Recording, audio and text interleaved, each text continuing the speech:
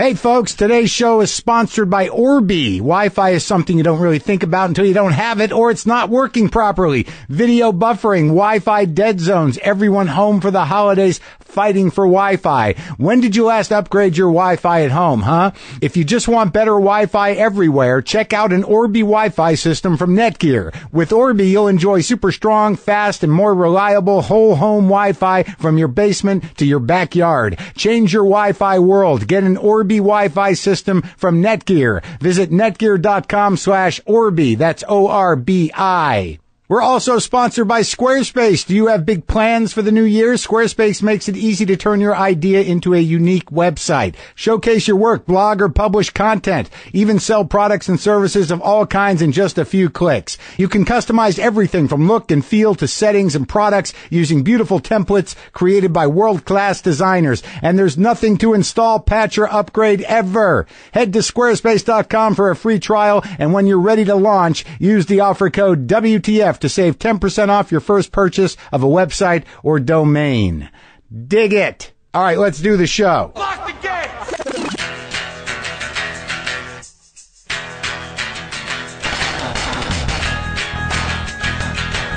All right, let's do this. How are you, what the fuckers, what the fuck buddies, what the fucking ears, what the fuck sticks, what's happening? I'm Marc Maron. This is WTF. This is my podcast that I do out of a garage on a hill precariously on I think what might be cinder blocks from the early 1900s. Just perched here, waiting for something. Maybe nothing will happen. I'm still in my garage. I'm not as much in the house, but I'm here, man. I'm here.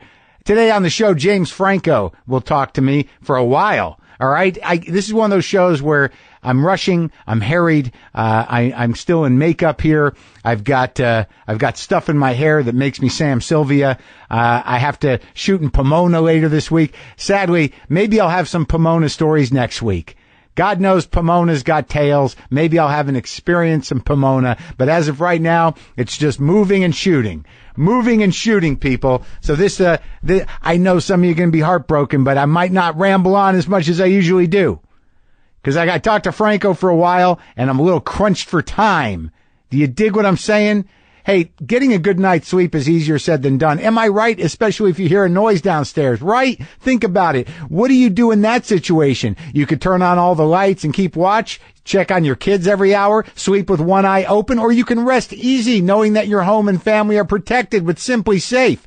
Each Simply Safe system is a complete security arsenal with motion sensors, glass break sensors, entry sensors, and a high-definition security camera. You'll have everything you need to keep your family safe. Order online in minutes, have it on your doorstep that week, and set it up in under an hour. No tools, no hard wiring. Just open the box, plug it in, and you'll be protected 24/7 with professional home security. And one of the great features of Simply Safe is you can have multiple security codes for the system for anyone in your family or anyone who needs to access the house. It's all just $14.99 a month. No contracts, no hidden fees. Right now, Simply Safe has a special pre-holidays sale for WTF listeners. Visit simplysafewtf.com right now to check it out. This offer ends soon and these systems sell fast, so get on it. Go to simplysafewtf.com.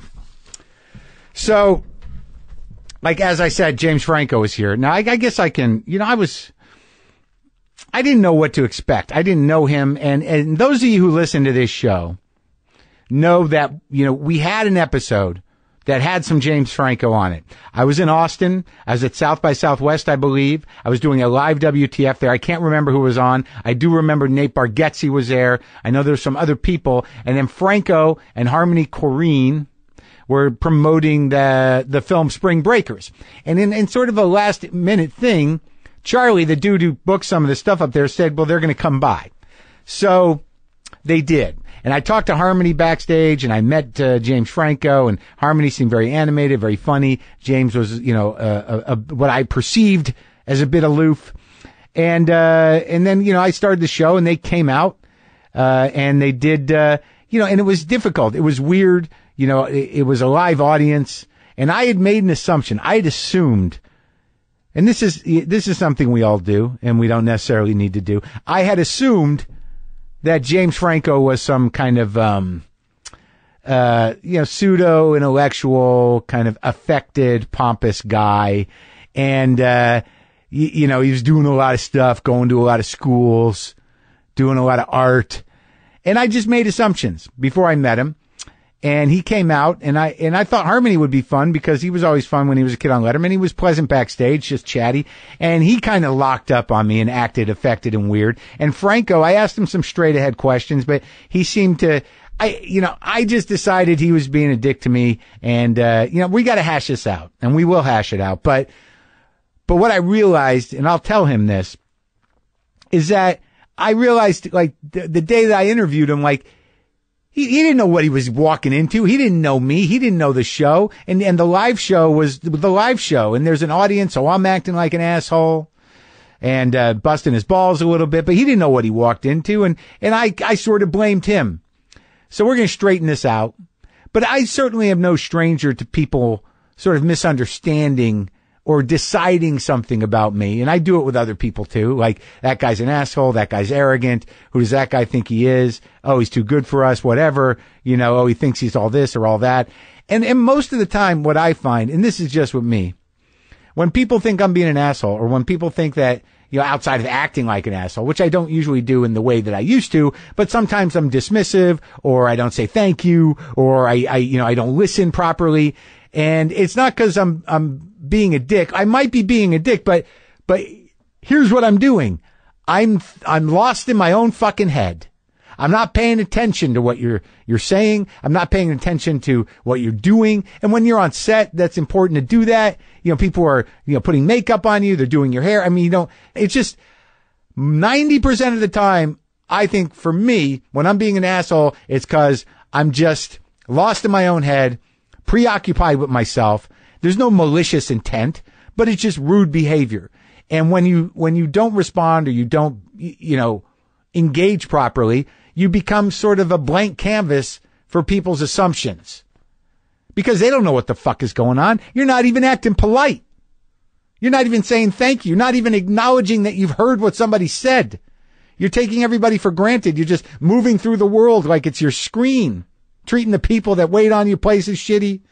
So as soon as you do that, when you're that disconnected from the humanity around you on a day-to-day basis, you make yourself just a tabula rasa for people's projections and assumptions about you. You can only use that excuse so many times. I'm sorry I wasn't paying attention. I'm sorry I was thinking about me. I'm sorry. Were you just, have you been here long? I'm sorry. Did I just eat your lunch? Jesus, I've got to pay attention. I've got to engage in some basic etiquette or manners or some respect for other people. I just thought that was my food. I don't know what I was thinking. I'm sorry. Did I just sit on you? I thought you were a chair. Folks, support for today's show comes from Squarespace. Are you ready to start your new business? Why wait until the new year to set your plans in action? The future is coming. Make it brighter with Squarespace. Squarespace has beautiful templates created by world-class designers, which is great if you have a show like this one, or if you just want to showcase your work or sell your products. You can customize everything so it looks the way you want it to look and has the features you need. Everything is optimized for mobile, so whatever you create is going to look good on a smartphone. And you can use Squarespace's analytics to help you grow in real time. Best of all, there's nothing to install, patch, or upgrade ever. Though if you do have a question, Squarespace's award-winning 24/7 customer support is there to help. WTFpod.com is powered by Squarespace, so we never have a problem updating the site when there's a new episode or if we want to change any of our features. Try it for yourself and you'll see what I mean. Head to squarespace.com for a free trial, and when you're ready to launch, use the offer code WTF to save 10% off your first purchase of a website or domain. That's squarespace.com, offer code WTF. So, needless to say, entering the James Franco thing, I was sort of a little bit anxious to make a connection, to talk about things that mattered to him. I was also, anxious to get to know him because I'd made assumptions before that turned out to be way off. And we ended up, jabbering for a long time. Like I actually like, and I had to go. It was one of those situations where we talked for a long time and I'm like, I'd like to keep talking, but I gotta go. So this is me and, James Franco. The Disaster Artist is now playing in New York and LA. It opens wide tomorrow, Friday, December 8th. So this is a couple of guys getting to know each other.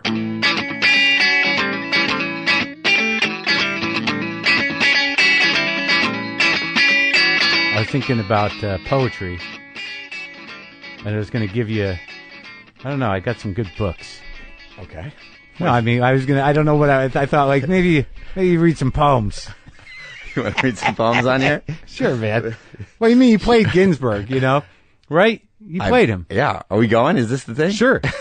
And I played Ginsberg. Because he, like, for some reason, he was very important to me. Allen Ginsberg? Yeah. Did you ever meet him? I never did meet him. Mm-hmm. I got a signed book by him. He was around a bit. I grew up in New Mexico, but he was in New York, and like I knew people that knew him, but no, I never met him. Did you meet him? No, he was already died, gone. Yeah, I think he died. I just remember not terribly long ago. Like, yeah, Good Will Hunting, I think, was dedicated to him and Burroughs. I think they died around the same time. Did they? And I think it was like that year. I love Burroughs. Yeah, he's hilarious. He is. Yeah. Did you ever realize that about him? How funny he fucking was? Well, in Drugstore Cowboy, he's hilarious. But like the writing, they're bits. It took me years to realize it because I was so looking for something else. You know what I mean? I was like, this he's like a Kabbalah, like Burroughs. It's all coming through him. And then if you read parts of Naked Lunch, they're just like shtick. They're funny. Mm-hmm. And I saw him, like when I was my freshman year of college, I saw his appearance on SNL and he was doing bits from Naked Lunch. Right, he just read his work on right. That. Yeah, I funny. I'm going to do SNL next week. Really? It'll be my fourth time. But I remember being on there. I actually made a documentary. Yeah. About it. About going on SNL. Yeah, my documentary. I'm not the host of the documentary. Right. It's John Malkovich. Yeah. And I was in with them. It was actually an assignment when I was at NYU to do like a documentary and just follow somebody for 7 minutes, like an observational 7 minutes. And I was going to follow Bill Hader. Right. And just make it a 7-minute doc. And then Lorne, I guess, liked me and he gave me access to everything. Yeah. And I was like, well, I'm not going to waste this. I'm going to make a feature. And I went and it's the only SNL doc where you get to see what happens every step of the week. And you followed Malkovich. Malkovich and the whole, all the writers, everyone. Yeah. How long ago was that? 7 years ago, I think. Where's that at? Where can you see that? It was on Hulu. I think it's still on Hulu. It took a while to get it released just because, of all the rights and whatever else. And because I was looking at the stuff, like there's some movies that you made that I was like, wait, how did I miss that? Too many. Because there's too many, that's why. How did I miss that? Oh, it's only 7 minutes long. There's got to be another. No, this one's a feature. No, I know. Actually, you know what happened with that? I was going to be put out by, Adam Yauch's company. Yeah, the Beastie Boy. Yeah. But he passed? And he passed away. Ugh. Such a great dude. Seemed like a nice guy. And then it took a while to find another place. But I didn't realize that you did the Faulkner novel too. As I Lay Dying. I did two of. I doubled down on Faulkner. What was the other one? You'd think one would be enough. Yeah. I read those books for the first time in high school because my dad introduced me to As I Lay Dying. I got in a lot of trouble in high school. We can go into that if you want. Sure. But not reading Faulkner. No. And then after I got arrested enough times, it was like, all right, I guess I can't go out with my friends anymore. And so I would spend the weekends at home reading Faulkner As I Lay Dying. Right? It's all their fault. Right? With the with the Cliff Notes. Cliff Notes. And it was amazing for me. That book and Sound and the Fury. When we did the movie, I realized it'll be easier. As I Lay Dying. Or for both. At first I did As I Lay Dying. So, okay. You did the Sound and the Fury? Yeah. I had no idea. Oh, yeah, you got to check it out. Yeah. Where do you see that one? It's online, I think. Is it? Yeah, I think it's you on can get iTunes? it on iTunes, I think. Yeah. I do gotta watch it. Yeah, I'm just talking about the book, and now you went and shot it. Now, okay, so as a guy, you're doing, your career's going well, and you're like, and like, I'm just gonna challenge myself with this, with those books, those impossible books. Yeah, exactly. But what was the impetus? That was well, I'll tell you. Let's see here. Well, we're going to get to this, but I think the beginning of your and my story is, Austin. Cause I've been listening to your show nonstop, for the past month. Yeah, I was a little off. I was hard on you, afterwards. Well, I want to break it down because I'm still a little confused, so we both can kind of stay away. I think I know what happened. Okay. So I just listened to Harmony's interview from years ago. Oh yeah, in New York. Yeah. Yeah. Which is great. And you kind of brought it up there a little bit. So this is what I remember happening. So I was there for Spring Breakers in Austin at South by Southwest. Right. I was just doing interviews all day. Right. I admit that because I don't I work with Seth Rogen and Judd. Yeah. But like, I don't know the comedy world that well. You don't know me. You had so no I idea. didn't know who you were. I had no idea what you were walking into. Yeah, so they're like, all right, we're going to this little theater. Yeah. And you guys are going to, this guy Mark will interview you. Like, and there'll be a group of us. I don't even remember who was with Harmony, but there were a couple other guys on stage. Well, yeah, there was when I did the live WTFs, there was usually like 4 or 5 comics. I think Nate Bargatze was there and a couple other ones.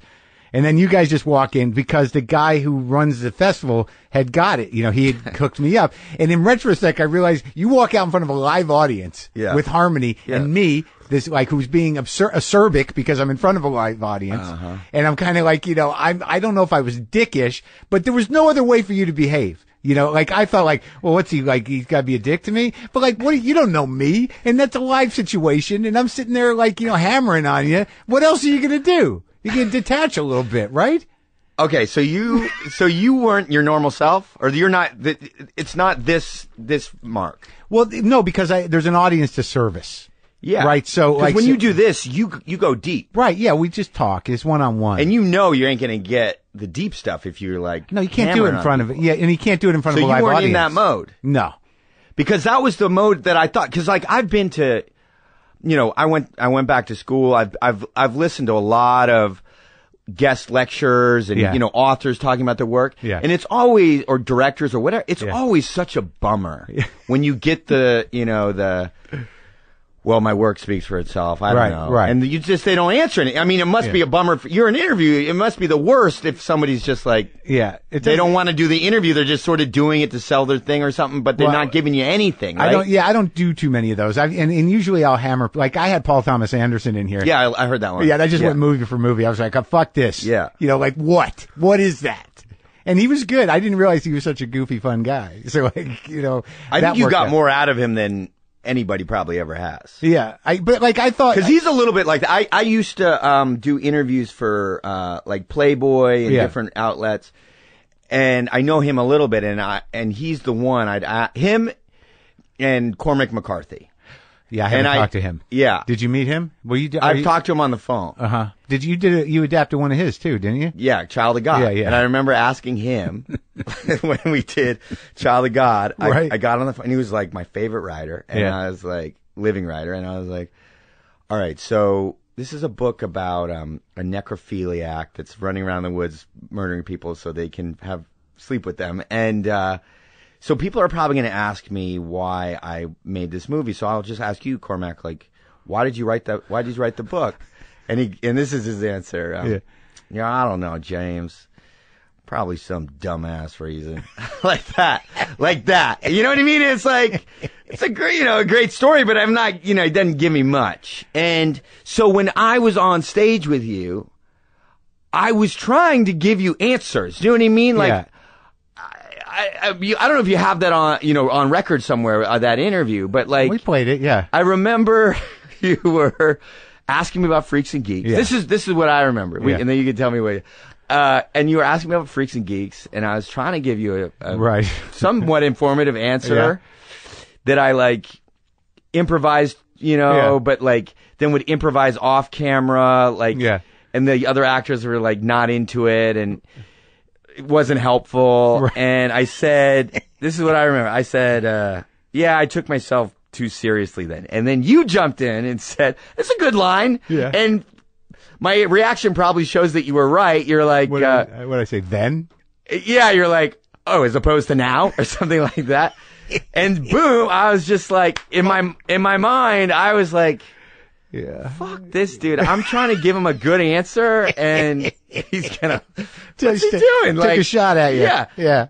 I was like, busting your balls. All right, no more good answers for you, motherfucker. No, like that's and I remember you saying, "What? That's where it don't shut down on me." Yeah, right. But there wasn't that much more to the interview. I remember. No, it wasn't. I and tightened so up. I later heard like you were kind of pissed about it, and so. But I was thinking about it today. Reflecting. I was coming in. Well, yeah, but like I wasn't worried about it, but I realized my part in it was. What did I expect? I realized, I think just this morning that like he had no idea what he's walking into. And he didn't know who I was. Yeah. And then Harmony, who's like chipper and funny off stage, immediately turns into a weirdo the second he's on stage. Yeah. Like just shuts down completely. Yeah. Gives me nothing. And then kind of, like I just lumped you two together as like, what is the point of this? They're gonna like stonewall me with like, some sort of, artistic, cockiness. Weird, because I thought I was giving you answers. Yeah, I know. Look, I'm not a perfect person. Okay. Neither am I. It was a difficult situation. But I'm sorry I shut down. Oh no, I am sorry that I was a dick. Okay. That's so funny though when you talk about Harmony, because I think he's just one of the most incredible, directors around. Oh, definitely. Yeah. And he's a tricky dude, because like he's got a lot in there and he's got a lot of past and, I think there's a lot he doesn't like to talk about. So like he kind of moves around things, when you talk to him. Right. Yeah. And there's such an interesting thing. My new thing that I'm interested in is, where people are sort of confident in performance and different sort of performance spaces. And there's this new amazing documentary out called Jim and Andy on Netflix. I saw it. Yeah. Where Jim Carrey, it's footage from when Jim Carrey played Andy Kaufman and on Man on the Moon, but then a recent interview, right? Yeah. And well, they were backstage making a documentary of him being Andy on the set of Man on the Moon, and he goes so far into it. Jim's gone. Well, he said, well, his premise was that he was a vessel, and he went on the beach and he was occupied by Andy, right? Yeah. But then you see Milos Forman, the great Milos Forman. Right. I mean, Cuckoo's just Nest trying to deal with it. One of my favorite movies ever. And he did Amadeus too, didn't he? Yeah. Oh my God. Yeah. Yeah, great. And Larry Flint, which was great too. Yeah, great. And there he is cowed. Like he can't even talk to his actor really. You know what I mean? He's calling Jim up saying, Jim, I talk to Jim? Yeah, he's asking Tony Clifton. Yeah, he's like, well, we can fire Andy and Tony Clifton, and I can get Jim back, and he can maybe do a good impression of those guys. Right. Is that what you want, Milos? Yeah. And he's like, oh no. But what was your feeling in that? So this is what you're thinking about, how you occupy different performance spaces. Yeah. What was your reaction to that film, as an actor watching that?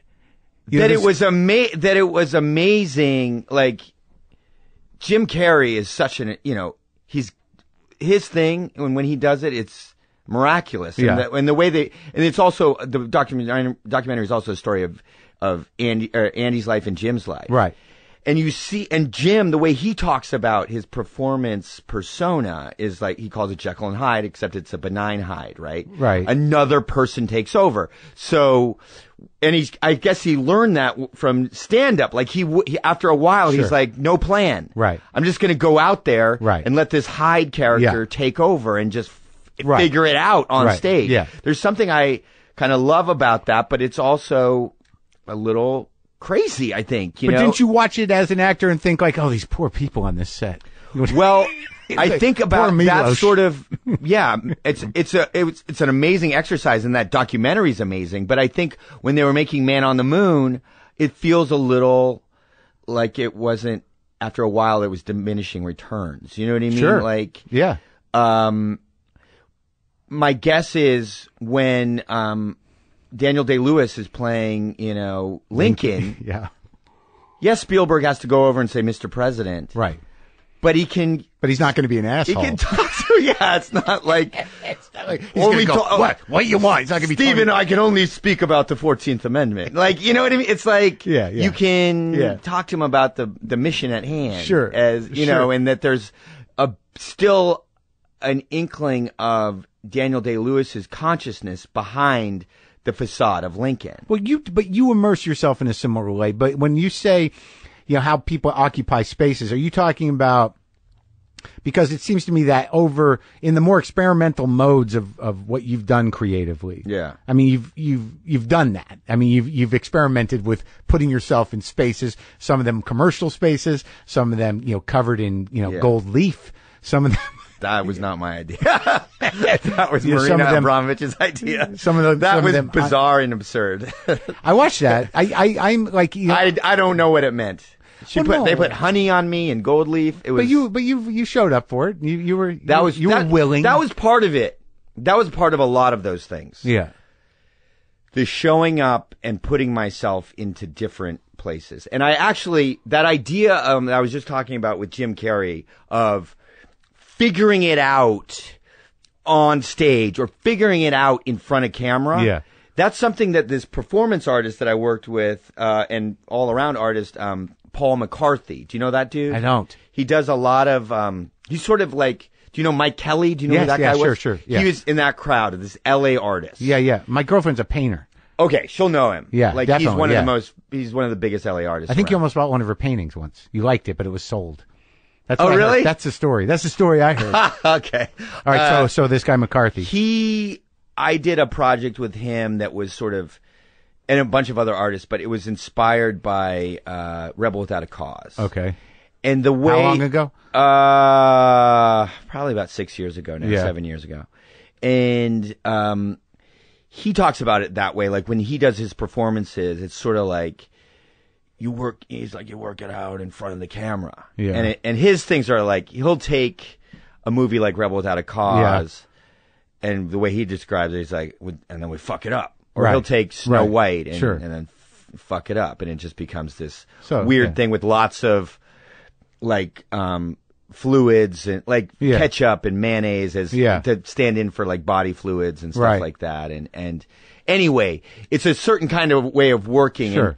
And so part of my thing, I think in hindsight was, I'll show up. I'll insert myself into this thing. So when I did General Hospital, right? Yeah. That came out of a conversation with an artist friend of mine, Carter. He wanted me to do his weird art film where I was going to play a character. Carter? Yeah, it's like Madonna, like Carter. Just Carter? Yeah, Carter. I knew a guy named Carter who was an artist in New York. Oh. Carter Costera? No, it's just Carter. Okay. Yeah. All right. Yeah, I don't know his last name. Okay. Yeah. And I was going to play a character that had been on a soap opera but had been fired because he had a mental breakdown. Okay. And we were just walking on the streets of New York, and we're like, oh yeah, what if you were like actually on a soap opera? And I was like, oh, and I was in that mode. It was like, oh yeah, that'd be cool. And you could do it. Like you knew that, like if you wanted to do it, they'd write you. Oh, they were excited. They were really excited. Yeah, they were like, General Hospital was like, yeah, you can come on. Do you want to write your own character? What do you want to play? You can do anything you want. And I said, no, I want the full soap opera makeover. I don't want to write anything. I want you guys to write it. All I want is my character to be an artist. Yeah. And I want him to be crazy. Okay. And they came up with the idea that the character would be named Franco. Uh-huh. And it was awesome because it was this cliche version of an artist, started with the street art and then now he's like doing installations, but he's secretly a murderer, and the murder is secretly in the art and all this stuff. And it was so hokey on one level, but because it was on a soap opera and I clearly didn't belong there, like the tacit understanding, of an actor's trajectory is like you start in a soap opera and move up to movies. Yeah. And here I was movies. I was like doing 127 hours around that time. Yeah. And then I'm going to a soap opera. So already I was like an imposter but then they called the character Franco. So it was like you couldn't help but not be pulled out of it. It was like already meta, you know what I mean? Right, yeah. Were you trying to undermine it? I think just my presence was undermining it. And then I went on, and it taught me a lot. I went on and I was like... Didn't you do like 30 of them? Yeah, but I'll tell you how that went down. Like, I went on and before I went, I was like, am I going to have to do like soap opera acting? Like and it was a great lesson where it was like, no, you as an actor are in film and television and theater, you are so, tempered by everything around you. It was such a great lesson. Yeah. And that's why you can see great actors that are awesome in one movie, and in another movie you're like, what the heck? There's still the great actors I know. I mean, some happened? Some change, but other times it's just like, what a weird, disparity between those levels of performances. And I believe a lot of it has to do with who you're working with, what the material is, how it all comes out, because it is such a collaborative medium. And the soap opera thing though, so that's one of those things. And so I went in there and it was like, you say those lines, they have to shoot, so they have 5 episodes a week. They have a certain budget. It's just plain easier to have the 2 characters sit on a couch and talk and say, just about this issue again and again and again. Yeah. You can't have car chases and whatnot. Like, right, you have to have them sit in the same place and have them talk for 10 minutes. Economical reasons. Yeah. And all you go in a soap opera set, you've got those sets and all the lights are already on a grid. Yeah. So all they have to do is like, okay, 3, 5, 39, and then you've got 4 cameras. Yeah. So it's not just one take per setup like you do on your show. Right. Or, you do different setups on Glow. I'm sure they take time to light it and everything. Yeah. Oh, yeah. This is not just one take per setup. This is one take per scene. Like, you just learn the scene, do it once, good, check, moving on. Yeah. Done, like that. Yeah. So the way I did all those episodes, they were so excited to have me. Yeah. That they would just block all of my scenes on Fridays, right? They called them Franco Fridays. Yeah. And I was in New York at the time, in school, at NYU. I would land on Friday at like 10 a.m., go there, I'd shoot from 11 to about 2 a.m. Yeah. I was doing, and now you have appreciation for this because of your show. Yeah. I was doing 80 to 90 pages a day. Oh my God. That's like a full feature length film script. That's great. In a day. With all you? In a day. Oh my God. And, it's how I met one of my assistants, Samantha.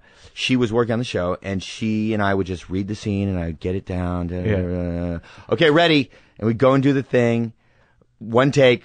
Boom. Next. And just like that all day on Fridays. So on 3 consecutive Fridays, we logged 21 episodes worth of my character's material. So they just had that to, have. So, but in your mind, there was a tongue-in-cheekness to it, but, once you followed through with it, it was a sort of experiment in that idea of people occupying different spaces. But it seems like as an actor that it was also challenging. It had its own challenges for sure. It was, but I didn't have to act like a soap opera actor. What my point was, like, I just say those lines and you lit in a certain way and they cake on the makeup. They would always say, like, yeah, James, you got to put on that makeup or it's going to be, Nixon in the, the debates or whatever, what I mean? Yeah. The Kennedy debate. Yeah, exactly. And so they cake on the makeup and you look a certain way and you're saying these lines and it's, blocked the way it is and you just start coming off. Like a quote unquote soap opera actor. You know what I mean? It's just a particular thing. But the context is too big. It's like it's too instilled. It's like the context is you're not bigger than the context. Right. Although in a way I was, because then when it started coming out, people started reviewing and so General Hospital was excited because all of a sudden, they're getting all these cool places, Salon or whatever, Slater's talking about General Hospital, like this kind of meta weird thing. And then what was so cool about the soap opera format is they have to churn out the material so quickly. Yeah. That then they could start writing in response to the critics or the phenomenon that was going on. And so it became even more meta. Yeah. And then my mom, who's a children's book author, had been taking acting lessons in Palo Alto. Yeah. She had a improv group called Suburban Squirrel. And I had mentioned it to the writers and they're like, well, we should get her on to play your real mom. So my real mom came on and acted with me. But that was so weird because like she was playing my mom. She should know how to do that. And it was like the character was like a former hippie and, right. And she just started playing it so weird. Like she was like talking to me like, I don't know, just drawing out her words like, hi, like, oh, what are you doing? I'm like, Mom, why are you talking like I was just trying to help her like as a fellow actor, like, right, Mom, you should just relax and kind of be yourself. It'll be better. Yeah. And I think she learned. I've put her in things since and she learned from that. But anyway, that was there. Then the funky thing about that was after a while, I was like, all right, I'm done. And actually the producer, like daytime, if you didn't know, is sort of fading. And so they got rid of some of the producers that I'd been working with. And so I just stopped going on. And so they had another guy play my character, but he's still called Franco. Yeah. And then they kept bringing my mom back to play this new Franco's mom. And what had once been Your mom meta. Was having a good time? Yeah. But what once had been meta. Then soap opera fans would just read it as their show. And I now still run into people in the, usually older women in the airport and be like, oh, I loved you on General Hospital. I don't like the new Franco as much as, and they just accept it. Yeah. Yeah. That's hilarious. Yeah. And then finally the whole soap opera, saga ended, with this weird art thing. Yeah. Where I got Mocha here in Los Angeles. We did a show at Mocha at the Pacific Design Center space that was an episode of General Hospital, but it was as if my character Franco was having the art show there. And then his art pieces were sets where he had interacted with this other character, Jason, because he was obsessed with Jason. Yeah. But that it was also kind of a show and performance at Mocha, and we had like soap opera fans come and also museum patrons come and watch the filming of this thing that was going to be an episode on ABC. It aired, was nominated for Emmys, but then I also had my own camera crew filming the whole thing. Right. That turned into this movie called, and when I say it, everyone's going to be like, oh yeah, that's so James. That's the ultimate James Franco thing. It's called Francophrenia, or the subtitle is Don't Shoot, I Know Where the Baby Is, because it's a line my character says. Yeah. But then we eventually aired that on Comedy Central when I did my roast. So you see a set, like you understood the idea, as a creative person, as an artist, that you have a public persona and it's big. Right. Yeah. So you're like, well, that's something that's malleable. Like I can fuck with that. Right. Okay. So that is an awareness that's important in the sense that your consciousness of it kind of gets you a little slack. You can't be a full dick if you knew you were fucking with people with your own persona. What you're talking about also goes back to the Freaks and Geeks days, where when I was on Freaks and Geeks, I had been taught by an acting teacher, don't let your public, don't put too much of yourself out there. Don't do talk shows. Don't do shows like this one that we're on. Like, if people get to know you too much, then you won't be able to disappear into the characters, right? The mystique. Yeah, John C. Reilly. Did you listen to that one? He came in here. It's like, I don't want to talk about, I don't like doing this. I don't like talking about myself. Really? I need to manage my, I don't want to blow my mystique, whatever it is. And then we ended up talking about clowns for 20 minutes and he was wide open, right. But like he was aware of it. Right. That as an actor, the one card you have that you could play is that people don't know me that well. I mean, I took it too far. Like, Judd and Paul Feig on Freaks and Geeks were like, what this kids are, one of our our leads. He doesn't want to do any press. Like, who's this little jerk? You know what I mean? Like, yeah. And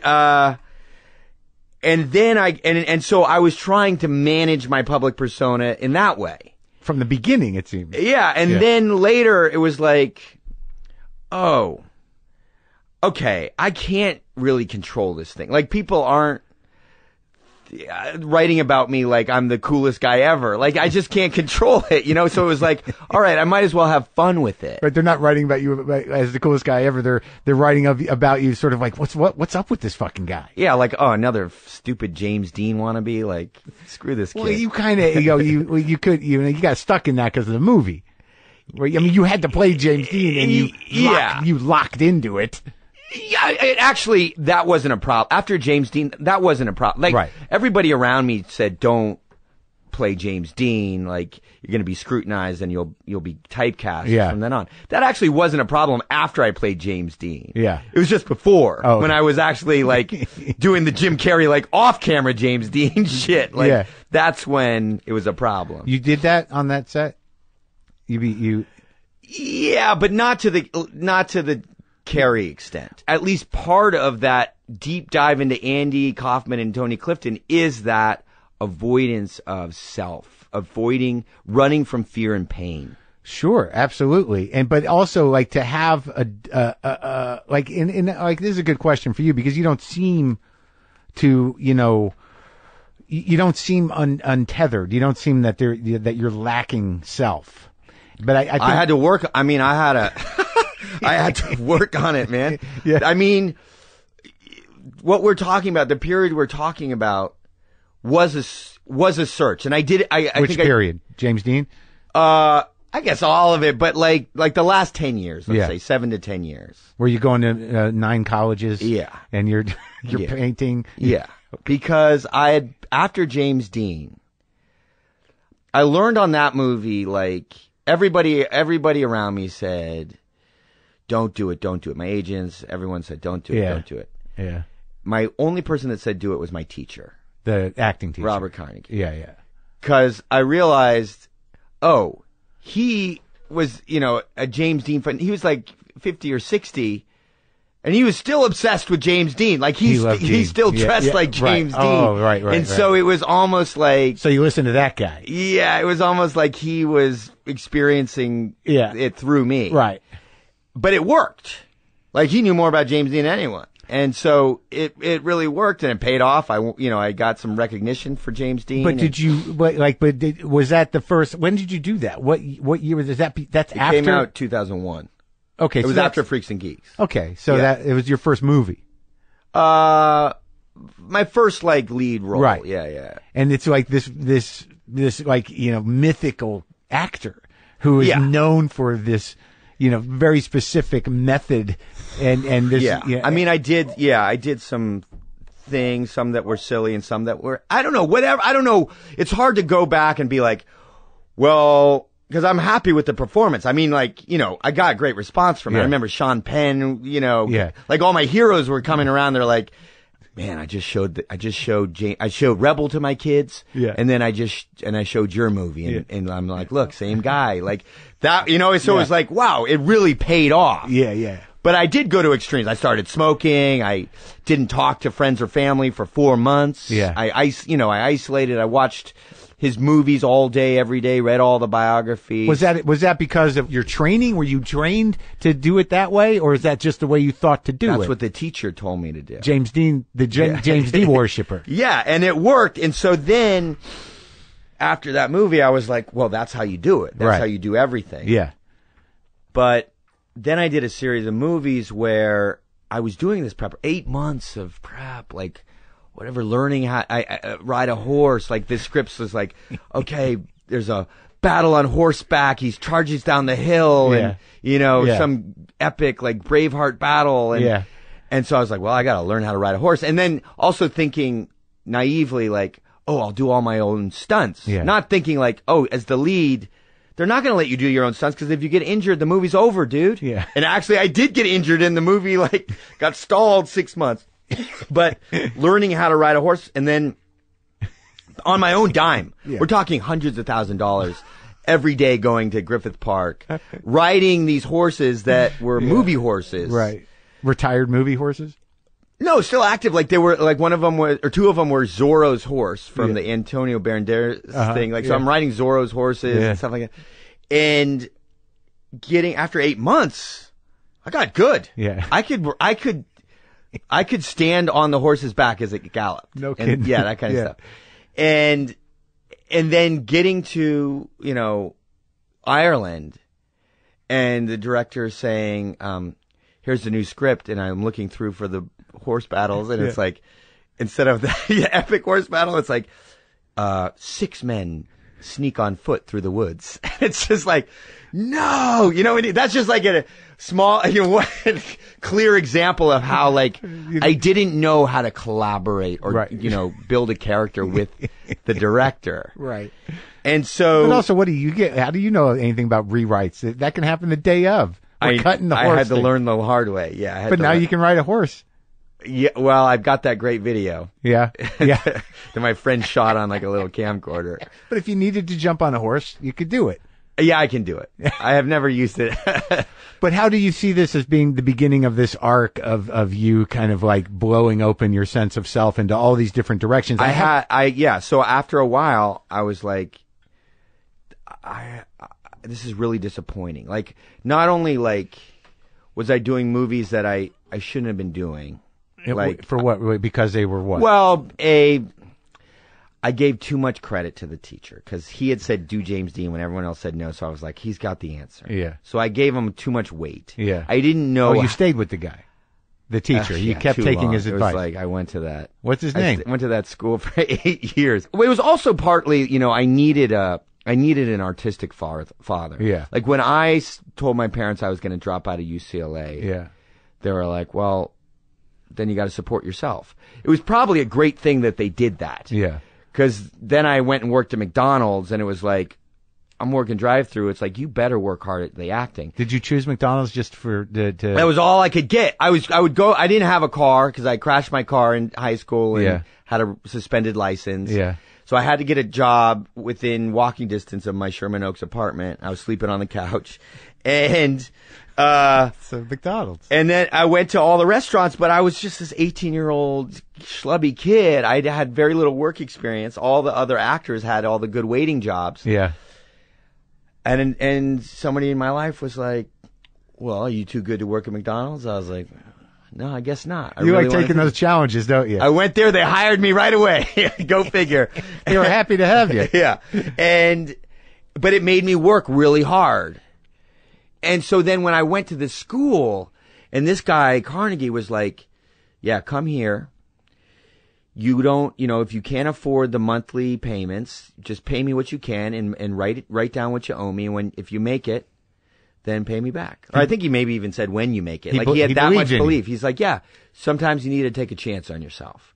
And he was the only one in my life that said that. And it was like, it was really. How'd you find that guy? Valuable. Yeah. It was the first acting school I ever visited. Did he have other students that you knew or? Jim Carrey, well, I don't know how long Jim Carrey went there, but I think when he was doing Earth Girls Are Easy or something. Oh, yeah. Because Jeff Goldblum was a teacher there. Oh, okay. And, so I think Jeff, had Jim go there, he probably went to, one class or something, but I stayed there too long. It was 8 years. Yeah. It was get out of the net. I was doing Freaks and Geeks with Judd, and you'd think, you could stop? Just lean on this. I didn't know. It was my first real job. I didn't know I was working with the best of the best. Right. I was still going to act. It was okay, after work today, I'm going to acting class. It's just you know what I mean? But because you thought you had to work. You wanted to keep doing the work. But what was the method he had? What was his angle? It was based in Meisner, and it basically the best thing I got out of there was how to relax and be present. Right. And when he took me through the preparation for James Dean, that's something I always kept. And ironically, the character I just, in the movie that I played in the movie that's coming out now, The Disaster Artist, Tommy Wiseau, that dude was a huge fan of James Dean. He's not anything like James Dean, you know what I mean? On the outside, he's part pirate, part vampire, part Alice Cooper roadie or something. But he's aiming for James Dean. And I found it really ironically satisfying that I prepared to play Tommy Wiseau the same way that I did to play James Dean. Do you prepare the same way for all roles? From learning from doing the James Dean? I mean, what was it that he taught you to do that is a regular part of your process? The general thing is always there. Like, basically for every character, you gotta get the insides. You gotta figure out the insides. That's the key. Some characters are like the behavior, the outer look is closer to me, and I don't have to do that much work on it. Right. Like, it wouldn't, like when I'm doing this is the end, you know, and we're all playing yourself, exaggerated versions of ourselves. It wouldn't serve me to throw on a British accent, or, you know what I mean? Right. It's like, but like, let's say I do need to figure out still the inner life of that character, the amplified in that context, right? Right. So I figured out, like, it's funny about that one in particular. Like, they did this a great. Is the end? Yeah, they had a tricky thing where it's funny.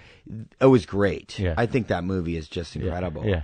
But in the first script, they had to figure out versions of each of us that would sort of emphasize, you know, a few aspects of our personalities and exaggerate them. Yeah. But then also find a way to fit those into this overarching kind of arc, right? Yeah. And originally, they had me. It was weird. It was like my character was like really materialistic and like all about his Gucci clothes because I was modeling for Gucci at the time. You were in real life? At that time, yeah.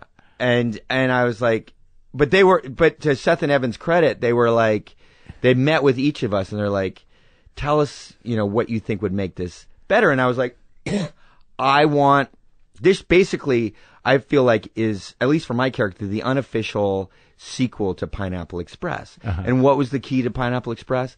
For Saul Silver, my character, he wants a friend. It's a love story. That's why it's called a bromance. You know, he wants a friend. And that emotional grounding, which is also something that Judd taught us, and what revolutionized comedies, is having that emotional underpinning. The need? Yes. Yeah.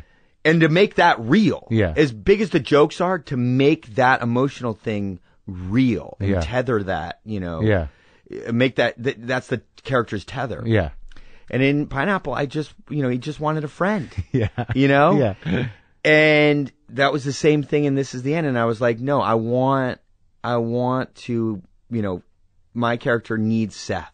Like, if this is the end, what does my character want? He wants to survive with Seth, or he wants to save Seth. And that's what I do at the end, right? I sacrifice myself for Seth, but then I can't get over my grudge with Danny McBride, and so I don't get to go to heaven. I think that I still tease them about it. I think they lost at least like $10 million at the box office because I wasn't in heaven. Like, they should have at least put me and Danny like in purgatory or something like that together at the end. Yeah. Oh God. But that's what I do with every character. But with a James Dean character or a Tommy Wiseau character, those are characters that are based on real people. But not only that, they're public figures. Like, people know how they sounded. They know what they looked like. They know how they moved, right? More Dean. Yeah, but Tommy, the super fans, Tommy's very specific. Yeah. So that became part of that character. But also there's like, you know, the one thing that, you know, that I couldn't wrap my brain around, like, cause I watched a movie, you know, and it's not a comedy, The Disaster Artist. No. We didn't that was, I mean, our approach always, I mean, I had Seth Rogen, produce it. Yeah. Cause I wanted him to take me out of the artsy literary indie world of Faulkner and McCarthy, right?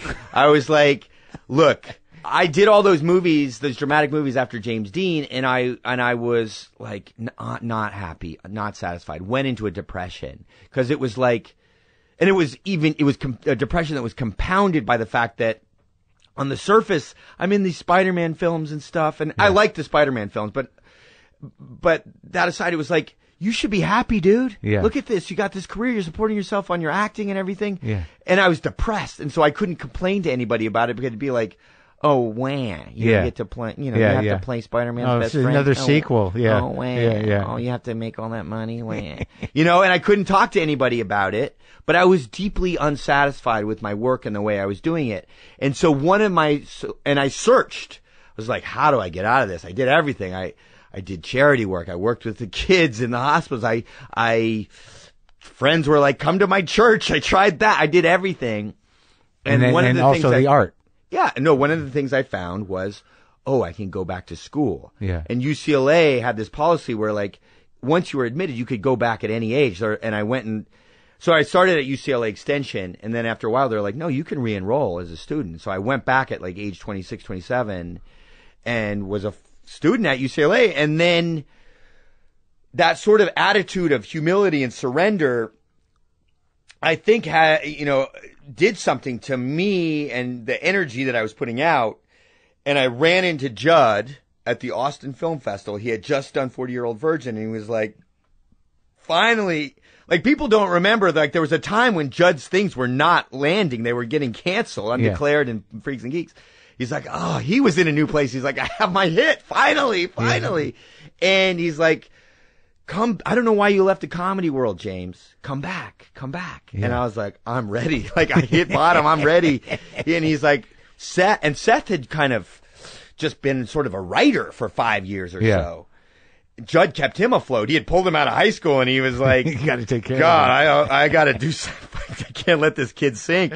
And he was finally coming back and he's like, I'm going to do this movie Knocked Up with Seth. I think it's going to do good for him. And then you two should do a movie.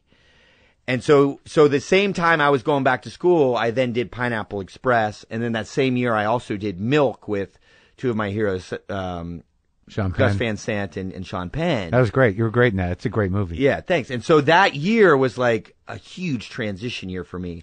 And I learned, and what I was maybe trying to say on your show in Austin was like, it was a huge lesson for me. Like Judd and Seth have been there at every transition period.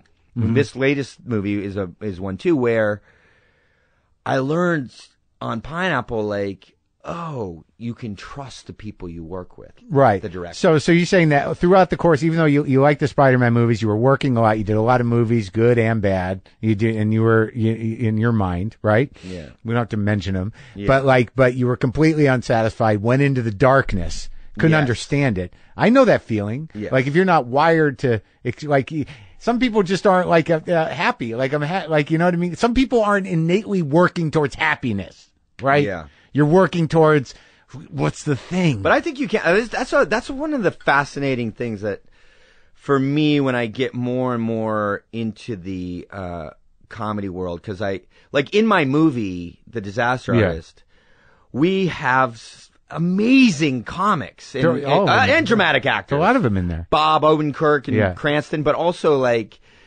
Paul Scheer and Jason Mantzoukas. Hannibal. Yeah. And then you had some people talking about the room, but those were brief. Yeah, Paul Scheer, right? Yeah. A lot of them. And who was it? Was Melanie Griffith? Yeah. Played the acting teacher. Yeah. And Judd, his cameo was great. Oh man. Because you like, I've known Judd for a while, not as long as you, but I'm like, you kind of know that's got to be in there somewhere.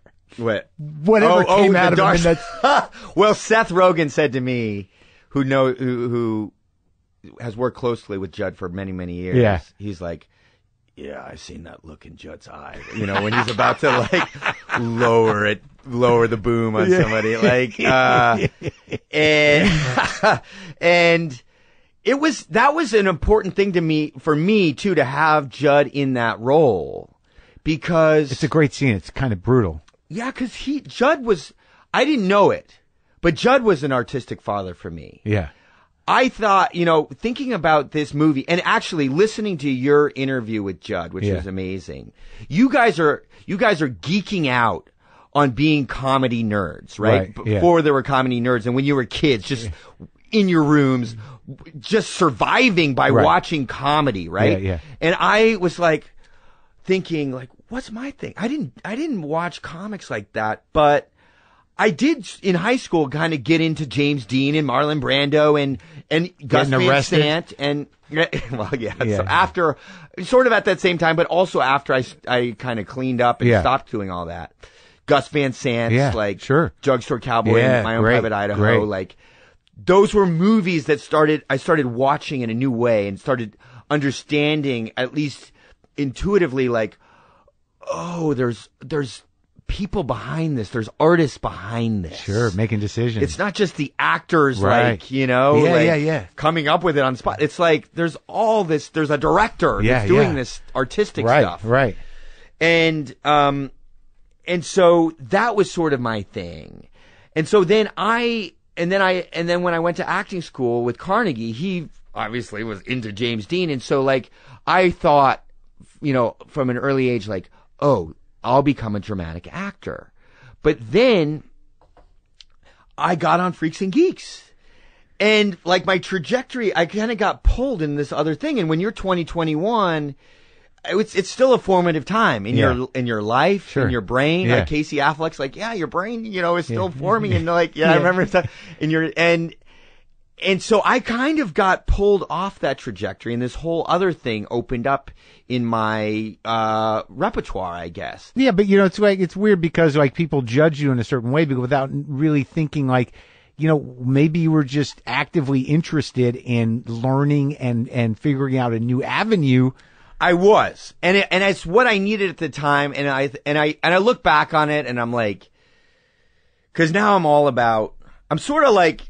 At least, I don't know if it's fully realized in Jim Carrey or not. I don't know the guy. Yeah. But at least he was paying lip service to a lot of stuff that was profound. Like, he was saying stuff in that documentary like, and then you get everything you dreamed about, and you realize it didn't fulfill you. Yeah. You know, that was like words out of I was like, Jim, you pulled the words out of my mouth. And so, at that time when I went back to school, it was a little bit of like, oh, this feels good. It's an alternative. Because I was making my career everything. That was my spiritual salvation, was like career.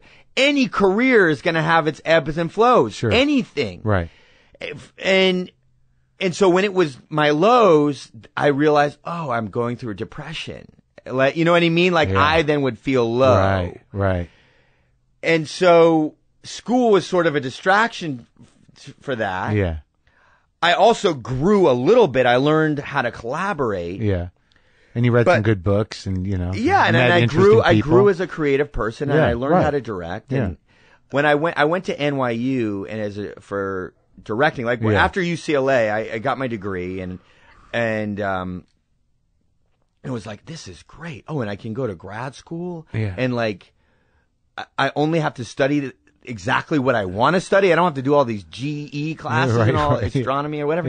Yeah. And it's like, oh, let me do that. And then, if I'm going to take this time and really study, and not work as much, then why don't I just throw myself into it? Why don't I go to multiple schools? And then it was like, I got accepted to all of them. Yeah. Like, I'll go to all of them. I'll go to film school and writing school. And then I got at the writing schools, most novelists teach because it doesn't pay. And one of my best friends, Sam Lipsyte, he's a teacher at Columbia. Yeah. Yeah. He was I didn't have him, but he was a teacher there when I was there. He's great. I was at Columbia. Yeah. And, I had Gary Steingart. He was my main guy there. Yeah. And so I was like, oh, I can have my heroes as my teachers? That's like akin to being directed by Scorsese or something. Right. And I was like, give me more, give me more, give me more. And then when I got out of film school, film school was an awesome experience for me. Yeah. I got I got short films. I got to make a movie about SNL, right? Yeah. I had Malkovich in it, made a feature of it. I had Michael Shannon. Yeah. I had, Charles Dance, who's like the king in, Game of Thrones. Oh, yeah. Tyrion Lannister. And I got to work with one of my heroes, Frank Bedart, the poet. Oh, yeah. And I adapted one of his poems into a thing, Herbert White. And so when I got out of NYU, I thought, all right, I've been in the biggest movies around. I've been in the Spider-Man movies. I've been in Oscar-winning movies like Milk. What do I want to make? Now I get to choose. Yeah. What do I want to make? And I thought, and then I had just read this oral biography of Sean Penn. And I guess at one point he had thought about adapting As I Lay Dying into a movie, and Nicholson was going to play Ants and he was going to be Darl. And it opened up the idea, the possibility, like, oh, you can adapt Faulkner. Yeah, right. And I was like, well, he didn't do it. I'll do it. Right. And that's my childhood book. That was my thing that I read on the weekends, when I was at home and all my friends were partying. Yeah. And so that's how that started. And it was very, artsy and whatever. And we took it to Cannes. And I should probably have stopped there. Like one of them would have been enough. But just like I had to go to multiple schools, it was like, I got to do 2 Faulkners and a McCarthy and a Steinbeck and a, Yeah, but so those are so weighty because you wanted to, honor the, the impact of those books, right? Well, yes. And so there were upsides and downsides to all of them. Like it, as a director, those books pulled me in new directions because I was trying to, I figured, because there had been a adaptation of Sound and the Fury long ago. What's her name? Paul Newman's widow was in Joanne Woodward? Yeah, she was in one. Yeah. And it was not that good because they kind of just used the story. They didn't use any of Faulkner's structuring or style, right? Yeah, because they wanted to have a story. But it's like, that story is not that, it's just Southern melodrama, what I mean? Without the style. Yeah. And so I was like, I want to find the cinematic equivalent of Faulkner's style in these things. And so, for As I Lay Dying, I did split screen because that book is told from all the different perspectives of the different characters. Each chapter is the perspective of a different character. And I was like, ooh, this will give a sense of, these multiple perspectives. So these were your experimental movies. Yeah. And they opened, and they pushed me. Yeah. And you were afforded the luxury of being able to make them. Why? Because I was successful and that got me financing. Yeah. And I also made them for I figured out how to make them for a reasonable, responsible budget, but also pick projects that would still look good. Yeah. Even though they were period pieces. So As I Lay Dying, they're on a cart for most of the movie going through the woods. Right. The woods, period, no matter what. You know what I mean? And it was like, yeah, they don't. So I thought I had it figured out. And in a sense, doing so many things was part it was kind of what I had learned as an actor when I was working at McDonald's. Yeah. And I was like, I gotta make it. I need to act every free moment that I have. Yeah. Because I need to make it. Yeah. I'm the only one, except for my teacher, who's believing in myself right now. And it was sort of the same with the directing. It was like, I know, I believe in hard work. The only way to get better is to put in your 10,000 hours, Yeah.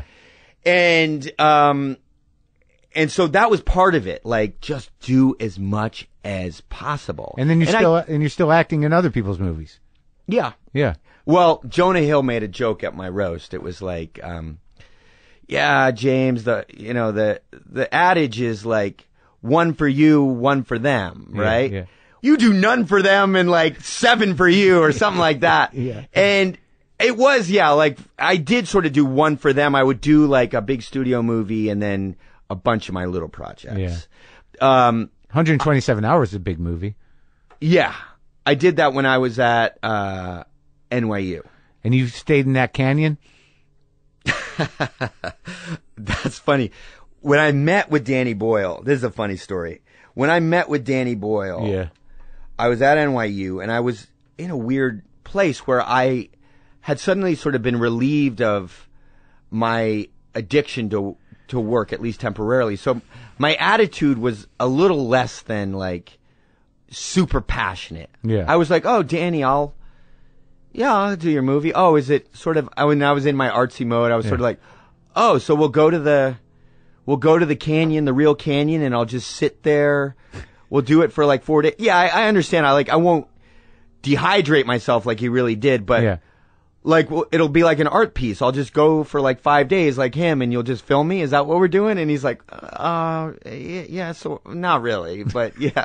And then he told my agents, he's like, yeah, he didn't seem that passionate about it. I don't think he really wants to do this. And so I thought I didn't have the part, right? Right. He met with some other actors, and I don't know what happened, but they didn't get it. And so my agents are like, okay, second chance. They're like, Danny, come on, give James a second chance. He really wants to do this. Yeah. And he's like, all right, I'll give him a second chance, but now he's got to read. And I hadn't read for a movie in years at that point. And so he's got to read. He's got to fly out to meet me now. So I flew out. He was now in LA. I flew out. I met him over at Fox. It was like 9 p.m. He didn't give me any sides beforehand. Yeah. And he's like, all right, here's the monologue. Because the movie, like, there's not a lot of dialogue. Yeah. It's mostly talking to the camera. So they're on the page. Those are long speeches. Yeah. He hands me this 1.5-page long speech where I'm like basically saying goodbye to my family. Yeah. Because I think I'm going to die. So he's really putting it to you. Yeah. He's like, here, go in the other room and whatever, learn it and come back in like an hour and a half or 2 hours and then we'll do it. Well, I had been doing General Hospital before then, doing 90 pages a day, right? So you can put it in your head. I can memorize like that. I went in there, I think 15 minutes. I came back. I'm like, I'm ready. He's like, what? I'm like, yeah, I'm ready. Let's do it. And I did it one time, and he like came over. He gave me a hug. He's like, all right, you're in. And I got it. So, thanks to General Hospital. You got 127 hours. Yeah. And what's so great about him, or one of the great things about him, is he will set challenges for himself. Mm-hmm. So on my movie, a guy alone for most of the movie. Yeah. But he's such an entertainer. So he wants to do that and not make just a little art movie. Yeah. Like he wants to make this as dynamic as an action movie. And it really is. Yeah. But he also is open enough when even on set to figure things out on the fly. And so we figured out a lot. We pretty much shot in order. Yeah.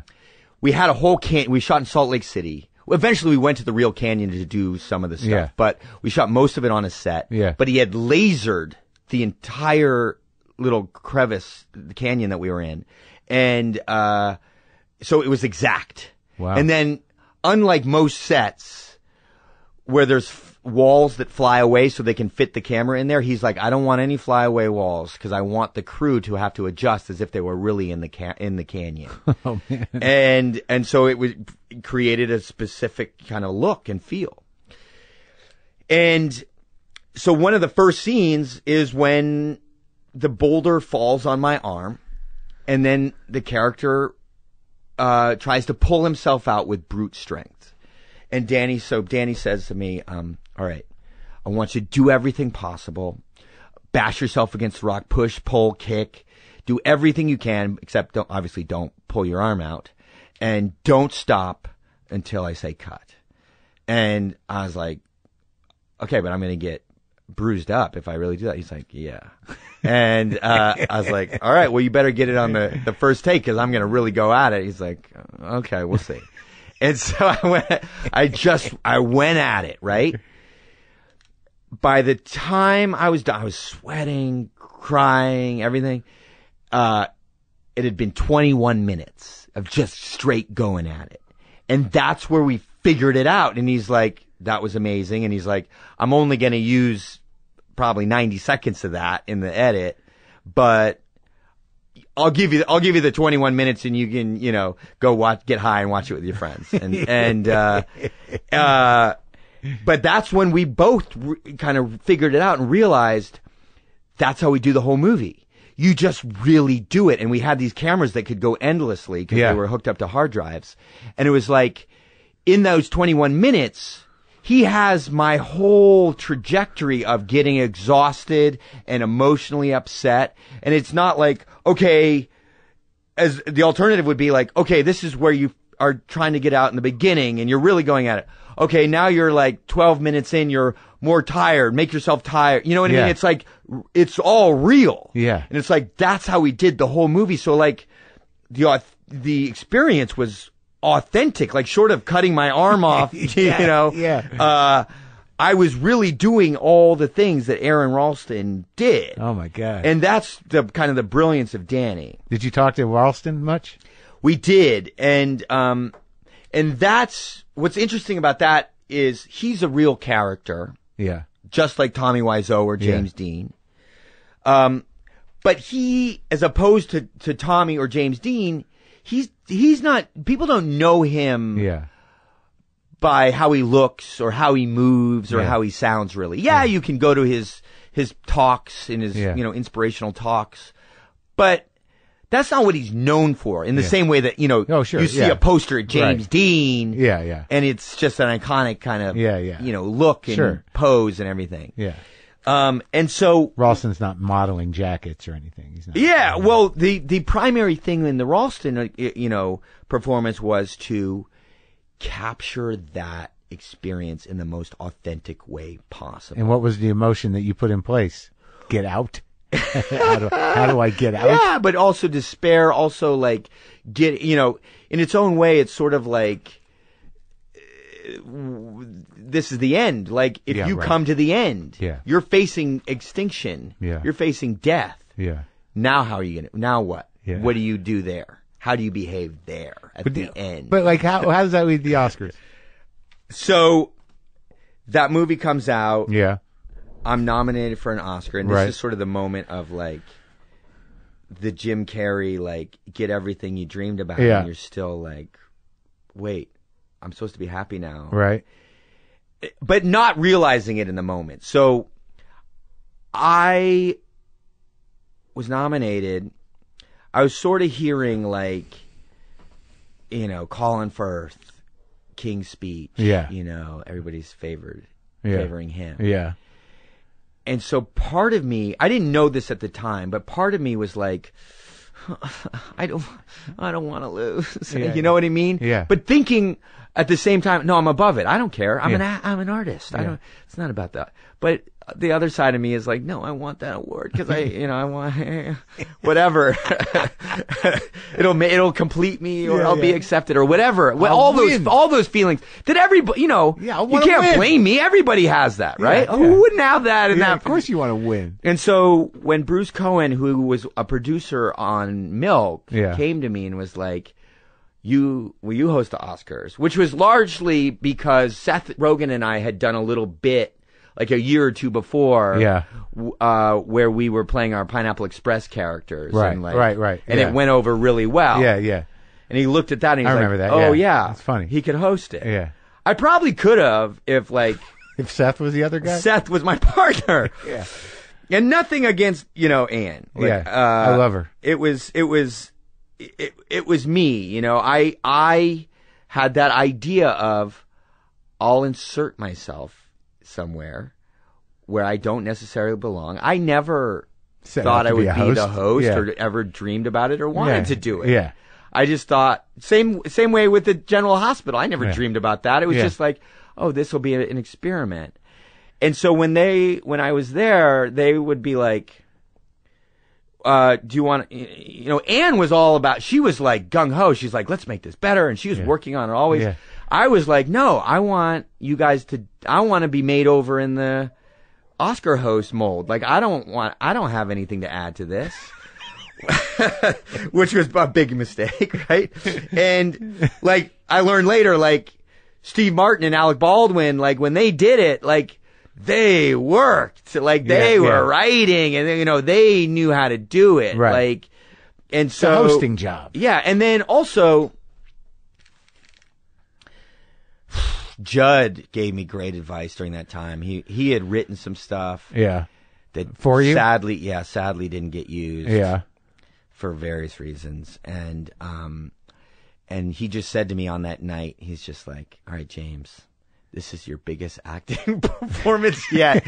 You gotta just pretend you want to be there. Like you just, I don't think I did. I was trying to play the straight man. And I think I just ended up playing like the wooden man. Like it was just, Did it feel terrible when you were doing it? I kind of knew because you do the rehearsal before, and I just knew, like it was just a little flat. Like the stuff that we shot, like pre-shot, was actually not bad. It was good. Yeah, it was just I don't know. And like I was gonna come out. One of Judd's big things, was you need a second act thing, and second act kind of bit. Yeah, and I was gonna come on as Cher.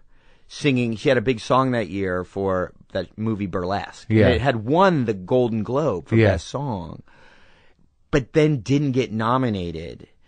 And so that's why they said, they're like, we don't want to do that bit anymore. I think it might have been that I was like just a bad, like so bad as a singer, they were worried, but it didn't matter. Like that wasn't I didn't need to be a good singer. Right. It was pretty funny. Yeah. But they pulled it. Instead, the bit was I just come on dressed as Marilyn Monroe. Just that didn't make any sense. It was like the joke was that, and it just was not good. Anyway. Oh my God. Anyway, I realized. Did you feel yourself tanking? Yes and no. In fact, there's a weird thing when you host. Yeah. What plays in the room is different than what plays on what you can on hear. TV. Yeah, sure. And so people came up to the producer, Bruce, after. I think Spielberg, he told me that Spielberg came up to him and said, that was great. So I don't know. And then I got on a plane right after. Yeah. And went back east because I was in school. Yeah. And I holed up in an apartment for a week. Went to my classes and just hid in that apartment, in that hotel, and ashamed, and read just read all the criticism. You did. I got it was so heavy and so much stress. I got a hemorrhoid, and I remember being in that hotel room, eating the food, hiding out, and just feeling horrible, hurting in your ass. Yeah. But the whole thing was when I went on General Hospital into a place where I didn't belong, it was interesting to people, and I thought, it'll be the same thing on the Oscars, and it was like, it wasn't, because people look at the Oscars in a different way than they do a soap opera. It's showbiz. Right? Yeah. But also, I realized in hindsight that it was a defensive move against the probability that I wasn't going to win. And it was like, I had looked it up. I was like, only 8 times has the host also been nominated at the same time. Yeah. And of those 8, only one in the history of the Oscars, David Niven, has won the night he hosted. And so I thought, all right, I'll do this move, and I'll be saying like, all right, I don't care if I don't lose. Like, I'm sort of in control here. I'm sort of precluding my chances at winning. Yeah. And, in fact, it was like hiding in a weird way. Hiding in like the plainest sight possible. Right. It would have been better if you just sat in your seat pretending like you didn't give a shit. Yes. Or you know what I should have done? What? Just enjoyed the ride. Right. You know what I mean? I'm one of 5. As a host? No, not hosted, and just enjoy. Yeah, right. But you just nominated. said, hey, I'm one of 5 guys that's nominated this whole year in the whole world for this thing. Just enjoy that. Instead, no, you got to go up there and get a bunch of bad press. Yeah, exactly. Oh, fuck, man. So let's talk about The Disaster Artist, because I saw it, and I told Allison I saw it because I see your brother on set sometimes. He comes because I work with her every day. Oh yeah, for Glow. She's the best. I love that show, by the way. Oh, thanks. You're really great on it. Oh, thanks. Yeah, it's real fun. She's great. She's a great actress. It's a perfect role for her. It really is. She gets to do all her actors. But to balance that much desperation and ambition and still be charming and a sympathetic character, it's crazy. It's funny, actually. It's sort of another side or flip side of my character in The Disaster Artist. Well, that's the thing. Like, I didn't know what to expect, and I didn't know how it was being marketed or anything. And I've been in LA long enough, on and off, for years to have remembered the billboards, but never going. But just remembering those menacing billboards. You did remember those, of course. Yeah. But I didn't know that it'd become a cult thing. I didn't know any of the history of it. Did you know it was a movie? Because I didn't even know it was a movie. Well, I knew it was a movie, and then years later, people said that it was the worst movie ever, and that but I remember when it came out. When did it come out? Because I know 2003. Yeah, because I was coming out here. But the billboard was up for like 5 years. Forever. On his own dime. Hundreds of thousands of dollars for that billboard. And I never saw the movie because I'm not one of those guys. I don't really enjoy things that are so bad they're good. It never registers that way with me. Yeah. I always feel bad. But this is a different so bad it's good. Right. No, I get that. Right? Yeah. Like the laughter, I don't know if you've since been to like a theatrical screening of The Room. I haven't. But I need to go. The laughter in there doesn't sound cruel to me. Right. It's like the atmosphere in there is communal.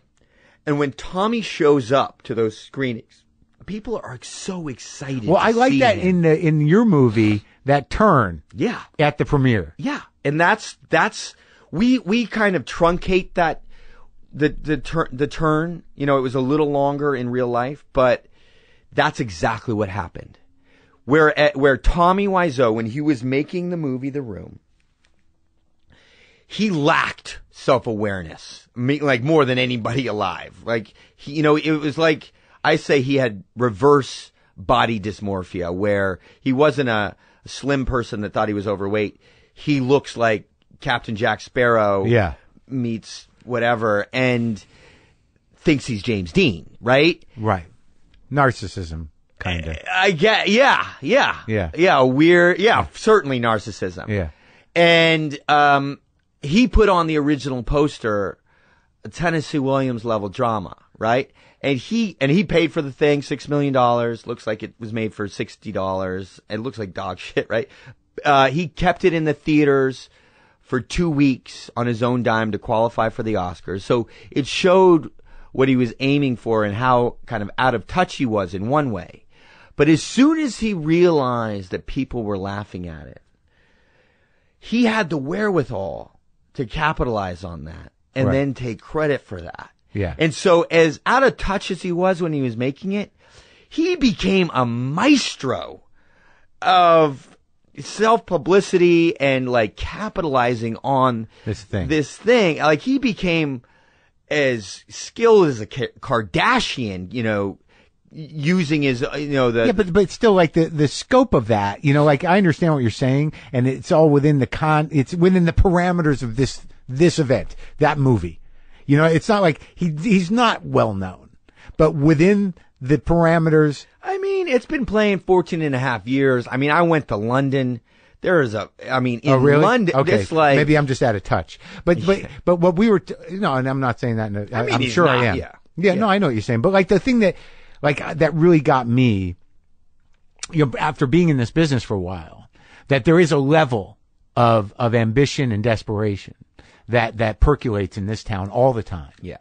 And that, what was fascinating to me was sort of the commitment of all these other people around this. There were guys that were like, are these checks going to be cashed? I don't give a shit. But the actors who were like, we're going to do this. And then they stayed with it throughout, all the way to the premiere. They went to the fucking premiere. But there's this world. It's not even B-movie stuff. And I'm hesitant to say it. But there's that moment with Judd where you're Tommy and he's Judd and he's laying that thing down where it's like, you're not going to make it.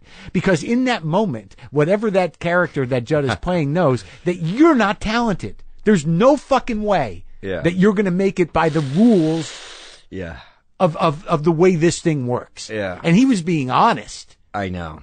So hard. And the fact that's the underlying thing is that, there's this ambition, there's this everyone, has a chance and you work hard and you work hard and you work hard. But the underpinning of this character is that he's fundamentally not a talented person. Yeah. And it's painful to me in a good way that you made him sympathetic and that, and he was flawed and creepy. Mm-hmm. And, I didn't know a lot about it, but thank God your brother was there, to play off you. 'Cause I don't know if there was a choice there, but it seems to me that relationship between those two men was a lot more darker and insidious. The real one? Yeah. For it to, than Davey was going to allow. It was almost like, you had your brother, Could be. I mean, yeah, I mean, there is I guess you could call homoerotic sort of hint even in our thing. Yeah. You bring it comes, yeah. Which is also weird because it is my brother. We didn't want to hammer that too hard because I think it's somehow more than that and less than that. You know? You had to balance the film because it is a fairly traditional movie. Like you didn't make an art movie. You made a movie about a guy. Yeah. Right? Yeah. I mean, oh yeah. Yeah. Well, that's why I wanted Seth Rogen and Point Grey to produce it. Right. Like, I saw this is the one that's bizarre enough that it appeals to me. Yeah. But it also has the potential to cross over. That the underlying thing that you're talking about of everybody everybody with a dream can relate to, being on the outside, at least in the beginning, right? I mean, I heard it in your story from what I've heard of it. Sure. We all, it's my story too. Sure. Everyone's at McDonald's. Yeah. Yeah. Yeah. Everyone has something of that, Sure. And even if you're my brother, Dave, whose brother, he's on Freaks and Geeks when you're actually in high school, when he came, he had his own trials of like, oh, I got to be James Franco's little brother. Like, you know what I mean? And so we all have something. So I knew that was universal enough that it could reach people and people could relate to it and that we had a sympathetic character potentially in that. I found it was fascinating that as all these people are being brought along for this journey, just because this guy has the money to do it.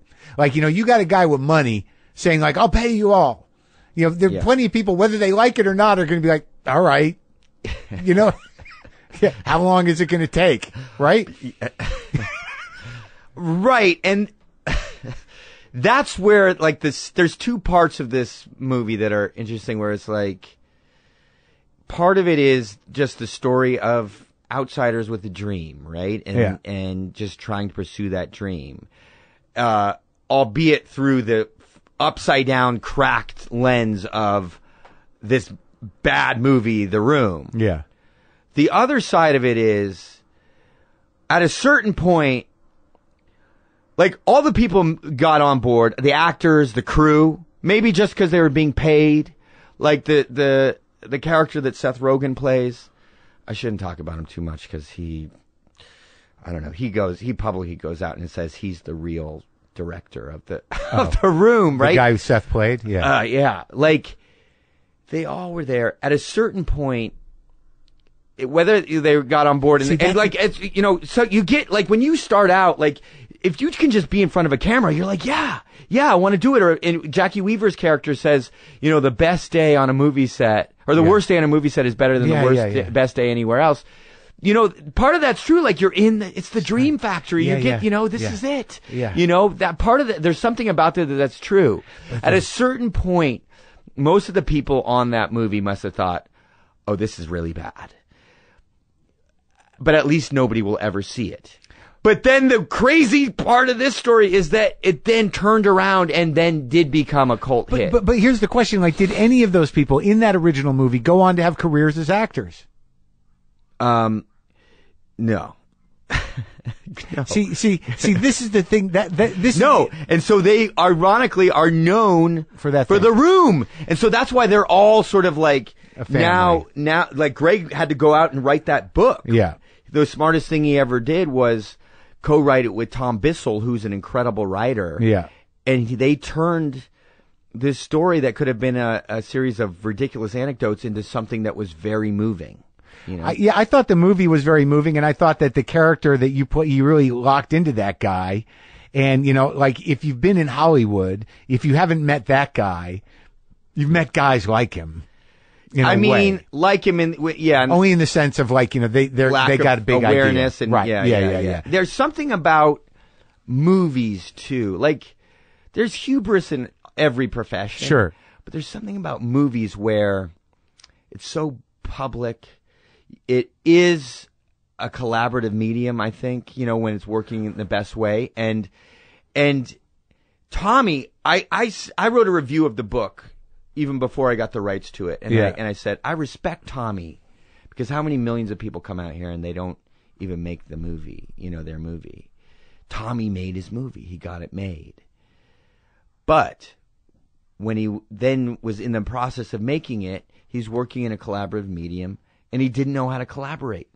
But I also can't blame him, because the guy was told no his whole life. He was rejected his whole life. And so he learned through experience that the only one he could depend on was himself, or maybe his friend, Greg. And so when he got to the movie set, he didn't know how to turn off the self-will and maybe listen to a few people that could give him advice and maybe help him avoid a few pitfalls, like, oh, you don't have to buy all the equipment. Lights. Yeah, you don't want to shoot with 2 cameras. You don't have to shoot a digital and green regular screen in the parking lot. Like, you know what I mean? Like, but on the other hand, the way most artists learn, right? Yeah. Is you put something out there, and if it doesn't come off like you intended, it fails, and you realize, oh, I shouldn't do it that way anymore. Like, I should change up what I'm doing. Like me, like, right? Yeah, like, sure. I was doing those dramatic movies, and it was like, oh, I don't know how to collaborate. I'm doing the James Dean thing. I'm not getting the results I wanted. Change it up. I learned by hitting my head against the wall. Tommy didn't get to hit his head against the wall because the movie that he intended to be a Tennessee Williams level drama and wasn't, then turned out to be this cult hit. Thank God. Why? Well, he'll never. Yeah, I mean, yes, thank God, but it also trapped him forever, dude, into the persona. But you're like, okay, you just you believe that there was no hope anyway for that guy. Well, it's not a matter of hope, okay? It's like, I don't know why a lot of times you don't know why anybody makes it or whatever. It's a weird alchemy of coincidence. Yes. And sometimes talent, sometimes ambition, sometimes timing, whatever the fuck it is. Yes. So for me, the heartbreak of it is, and who am I to judge really? Because I spent a lot of time, not making it, and I didn't have any other plan to do anything else in my head. But the one thing about movies is that it's one of the few businesses where people just come here with no skill or talent and go like, I'm going to be in the movies. Yeah. There's just this weird magical thing where the movies will take care of me. I'm going to be famous. Well, that's part of it too. That is actually akin in Tommy. That's akin to James Dean, where the movie is going to save you. If I make it in the movies, like James Dean had a hole in his soul. Yeah, he lost his mom when he was 8. Yeah, his dad sent him away to live with his aunt and uncle. Right, he lost both parents essentially when he was 8 years old. Did you ever find out what is Tommy's background? I know, sort of. Yeah, I mean. The 3 mysteries are, where he's from. He sound like this, like he's from Eastern Europe, but he say from New Orleans, all-American guy. Like, it's a thin veil. Like, you kind of know he's not from New Orleans. But you didn't say it in the movie.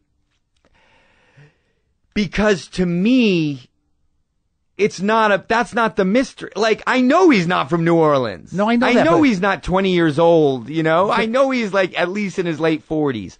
And where he got the money, like, is scary to me. Like, it's not about uncovering that. What's interesting to me is the guy that holds on to that facade so tightly. And why? And the emotional underpinnings of that. Okay. That's what we revealed. No, I get that. And there are scenes where, where he's walking around with his ass out, and that scene with that actress, that was rough stuff, dude. Yeah. That was I mean, you gotta contextualize it a little bit. Like, no, but I mean, that was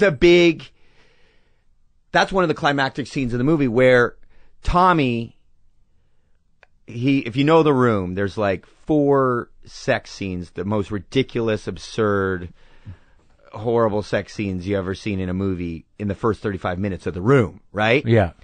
On the set, the legend is he directed those scenes almost fully nude, right? And so we show that in our movie. But tonally, that scene was so tricky. It's sort of the gist of it's the nucleus of our movie, where it's the guy is acting out. He's really inappropriate. But it's also so absurd. It's funny. And it's also for our character a moment where he feels like he's losing his best friend, to a girl. Yeah. A woman. And so he's full of self-hatred, and so he's taking it out on the crew and the actors. What I found though, for me, like, I don't know how I'm reading it, because I get sort of sensitive to desperation and to people that are broken. Yeah. Is that, that actress's decision to sort of like, I'm okay. After being, verbally and emotionally abused and pounced upon in a fairly, unsafe set. Yeah. Right? Oh, yeah. And for her to say, like, no, it's good. I want to stay in the movie. Yeah. And then Paul Scheer's character is like, this is fucked up, that. And it's just like the desire to be in the movie. Right? Yeah. The desire to be. It's dark. It's pretty dark. And those audition processes. It's not just about sex either. Yeah. The men too. I get you. And I think. I'm not saying I think it's a great portrait of that. Yeah. But I think on ours, it is on one level dark. We didn't want to, but we worked really hard to balance it out. No, and you one did. thing that doesn't make my character, Tommy, completely irredeemable at that moment, because it is on one level really awful what's going on. Yeah. Is he so absurd? Like, he doesn't, like, he's emotionally broken. It's almost like Alien. Right. He doesn't sex scene. Like he doesn't know what he's doing, yeah. or he's fundamentally, not comfortable with women, which is probably more the thing, or with people in general. Right. Except for. And so he's like Greg. What you're talking about, where the movies are going to save me. Well, what is Tommy, like, what did Tommy want? Why did he want to make it in the movies so badly? There's a interesting thing in the book. So in the book, they go a little bit into his backstory. And they kind of, in the book, they say, like, they keep his childhood vague, but they give you hints, and they're like, imagine. They kind of word it this way. Imagine a boy in an Eastern Bloc country. He sees an American movie for the first time. Yeah. He's enthralled. It allows him to escape. And that you get the sense that maybe Tommy started to think about American movies and escaping his situation by going to America, as the same thing, that the American movies in America were equated. And so that becomes what's going to save his life. I get it, yeah. And then there's also this thing in the book where, and we kind of touch on it in our movie, where Tommy kind of hits a bottom. Judd just devastates him, says, you're never going to make it. And Tommy is, he's at the end of his rope. Well, the real Tommy did hit a depression, was possibly suicidal. And then the real Greg says, and then after that, Tommy was leaving messages on Greg's machine, like saying, I don't want to live, but I believe in God, and, but sad though, it's sad. It's brutal. And then he shows up with this script, The Room, and in the room, the character commits suicide. And I look at that and I'm very moved, because it's like he channeled his pain into the movie. Interesting. Yeah. And so in that sense, not only were the movies going to save him, like make him accepted, it actually maybe saved his life. Right. To me, that's moving, and that's what an artist does. Regardless of the skill level, he's doing what an artist does. And I like. So that's what compelled you. I mean, everything. I wanted to play that wacky guy. Like, I wanted to play this. No, but at the heart of what we're talking about and what you're talking about is that, you were able to get past the pathos, the tragedy, of this character in real life, and the I must assume is a somewhat weird vibe around both of them. Yeah. To this day. Yeah.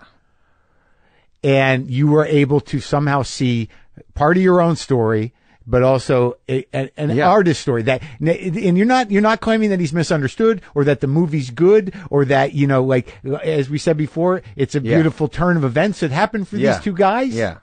But his persistence and his will and the circumstances of his financials, enabled him to execute this completely unique disaster. Yes. And that, and here's the thing. It's a disaster, but it's been in theaters for 14 and a half years in almost every major city to sold out crowds. People are getting something from it. And so I also like the idea that even though it is not a success or good by any conventional standards, it is still sort of a weird, uncanny success. Sure. And I've probably watched it as much or more than any other movie that in my life, and I do get something out of it. And people I respect get something. Lin-Manuel Miranda, I don't know him that well. I've never met him face to face, but we're email buddies.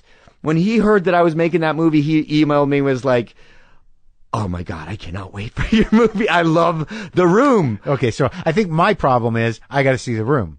Maybe. No, I do because I'm only approaching it like without seeing it. My heart, is scared of that man and feels bad for him. And don't feel bad for him. I mean, in another way, he got everything that he wanted. Yeah, that's true. What I mean? He was a lonely dude. He now has a community. Yeah. He walks into those screenings and everybody's excited to see him. And he's all right? You have a relationship with him? He's actually really sweet. He when in his contract, I got all these stories, but we got to end this thing, right? Yeah, it's all right. Go ahead. He demanded that he have a scene in the movie. Yeah. We didn't want him on set, right? Because all I knew about him was what I had read in the book, and it wasn't we good. don't want that energy around, right? He finally came to set, and we're like, oh man, what's he gonna be like? And I wanted him in the movie. I thought it'd be a cool, little Hitchcockian kind of, nod and, but in the background, right? Right. He's like, no, I have to be seen with James. I'm like, Tommy, I'm playing you. It's not going to work. It's not that kind of movie. No, sing with James. I'm like, oh my God. And so he's like, I want my character to be named Hanrei. I'm like, okay. And we wrote him this scene. My Tommy is at a birthday party with Greg and realizes that Greg has all these friends and I don't have any. Yeah. And so I'm in the corner by the food pouting. Yeah. And then this character, Hanrei, is going to come up and talk to me, whatever. Right. 3 weeks before, or 3 days before we shoot, Tommy sends me this text message. He's like, he's obviously in this lens crafters because he sends this photo. There's all these glasses behind him. Yeah. And he's like, what you think of these glasses?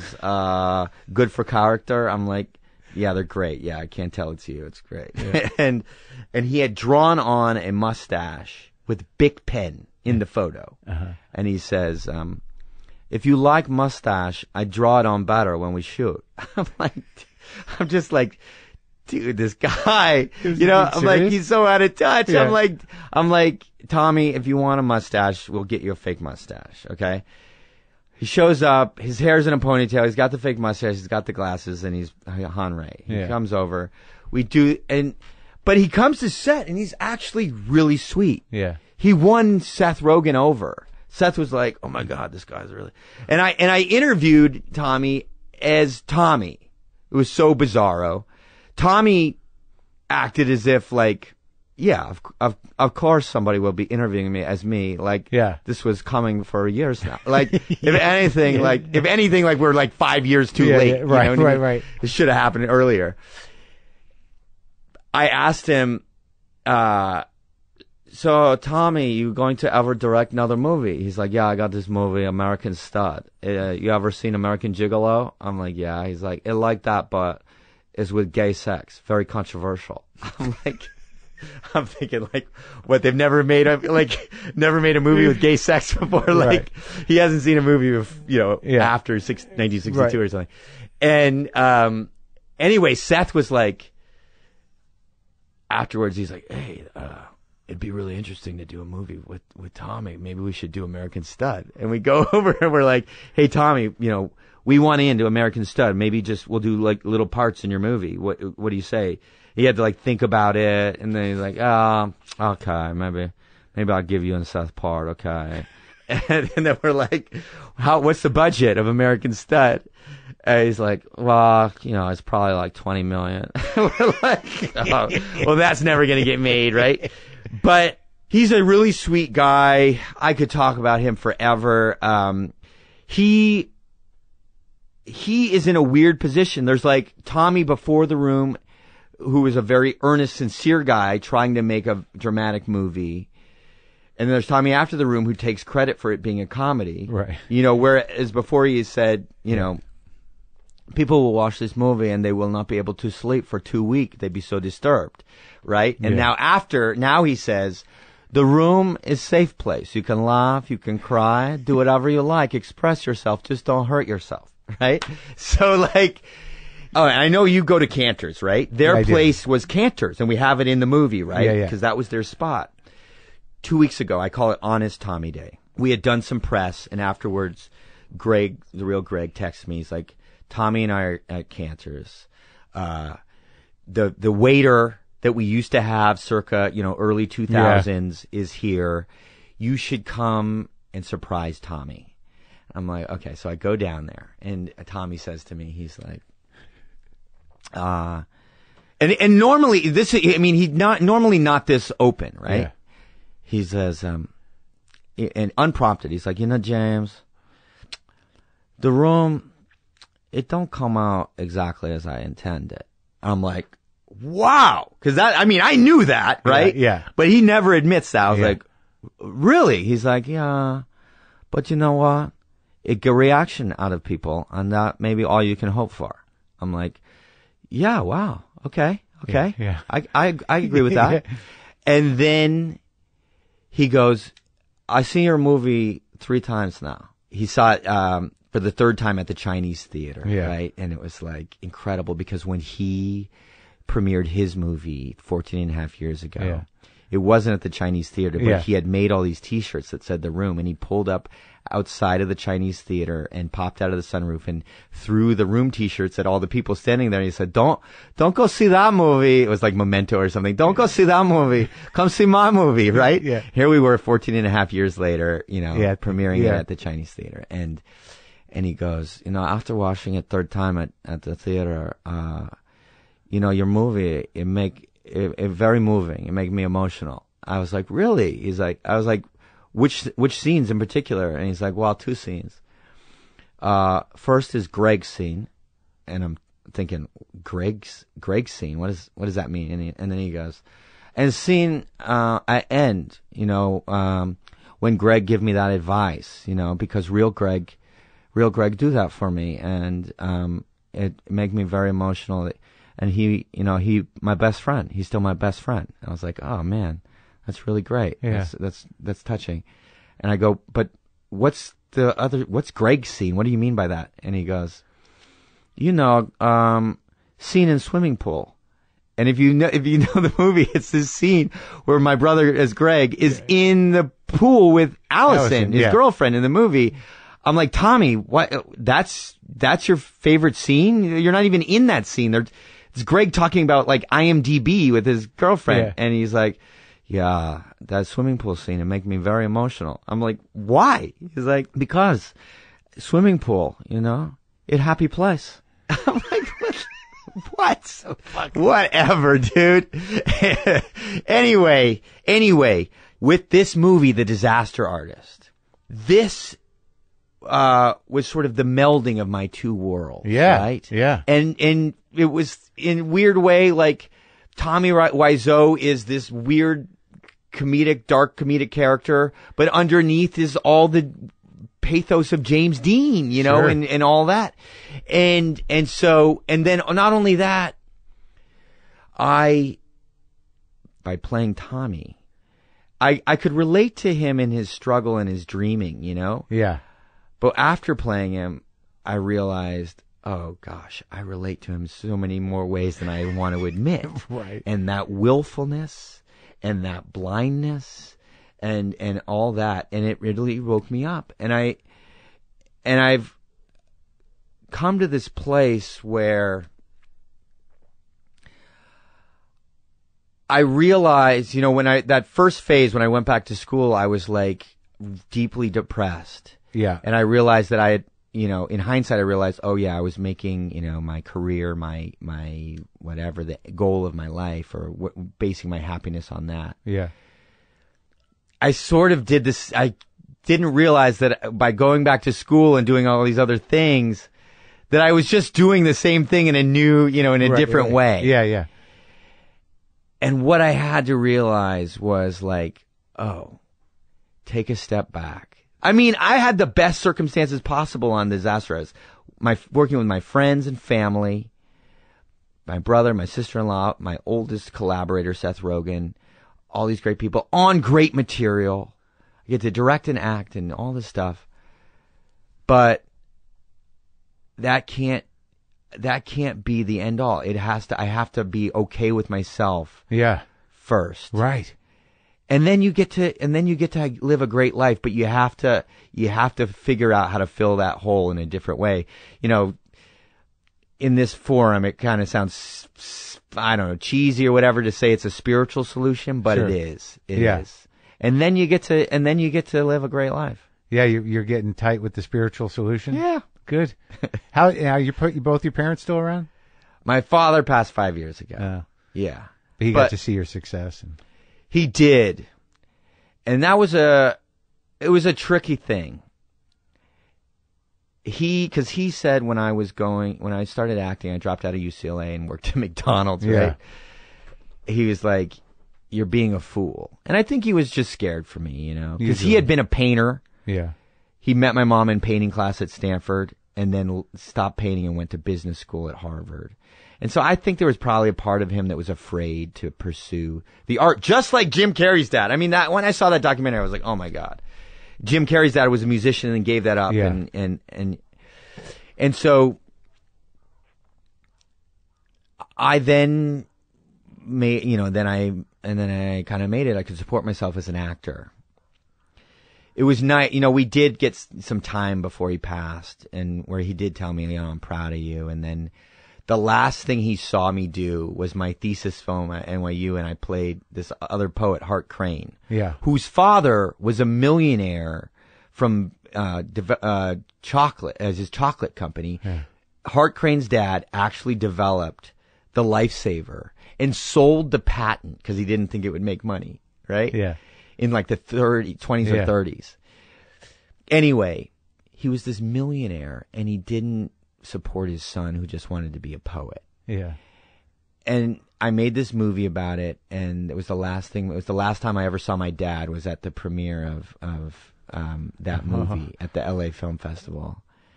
And then I remember at his funeral, I was like, you know, that was the last movie I ever saw, and Hart Crane's dad never supported him, never came around, and they never connected. And I was so grateful that my dad and I had come around full circle, and he had seen, you know, my movie, and that he did support me. So that was really great. Oh, that's good. On the other hand, it would have been a bad movie to go out on if you had not. Yeah. Reconciled. Yeah. On the other hand, 5 years ago, it was 5 years ago in October. Yeah. When he passed, I think I still had something in me where I had to prove it to him. Because, like, you know, when I went into acting school, left UCLA and went to acting school, it was like, oh, you don't believe in me? Then I'll show you. I'll show you. And so when he passed, I can see now all the activities like ratcheted up even more. Yeah. That's when it went into overdrive, and it was just like, I have to work 24/7, you know, to prove this man wrong. Yeah, I guess. And it, like, my dad was no longer there, so then it was just the world. Yeah. I've got to prove it to the world that I'm something. Interesting. And I finally, I did it a lot. He didn't make you feel worthless, though. He just didn't have faith in your ability to become what you wanted to become. Exactly. Yeah. I mean, he always believed in me, and he tutored me in certain things. He tutored me in math. Yeah. You know what I mean? It was but he was a good dad. Yeah. I mean, yeah, in a lot of ways. But but there was a part of me that didn't feel like he was the artistic father. Right. But your mom was, though, right? Yeah. And she came around. She's very, very loving, and we are very close. But there was just a period, like, by the time my brother came around 7 years later, and I was, I'm on Freaks and Geeks, and he's a freshman in high school, and then he comes out to L.A., and he's going to USC, and he's like, yeah, I don't want to finish USC, maybe I'll do the acting thing. They're like, yeah, do that. You got the easy ride. Go for it, buddy. That's good. Well, I'm glad everyone's good. And also we need to get to talk about it, but I like the Deuce a lot. You're doing great. Oh, thanks, brother. Yeah, man. Great talking to you. Yeah, man. We'll have to do it again. We got so much we could talk about. Yeah, we keep going, but not tonight. Okay. All right, pal.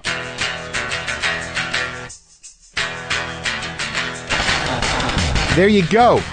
We're going to have to do it again.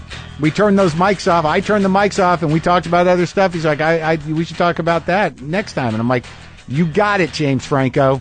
And don't forget, folks, you can rest easy knowing that your home and family are protected with Simply Safe. With motion, glass break, and entry sensors, plus a high-definition security camera, Simply Safe has everything you need to keep your family safe. Order online in minutes, get it that week, and set it up in under an hour. No tools, no hard wiring. Open the box, plug it in, and you'll be protected 24/7. All for just $14.99 a month. Right now, Simply Safe has a special pre-holidays sale for all my listeners. Visit simplysafewtf.com right now to check it out. That's SIMPLISAFE. Dig it. Can you dig it? No guitar today. I got a shower. Boomer lives!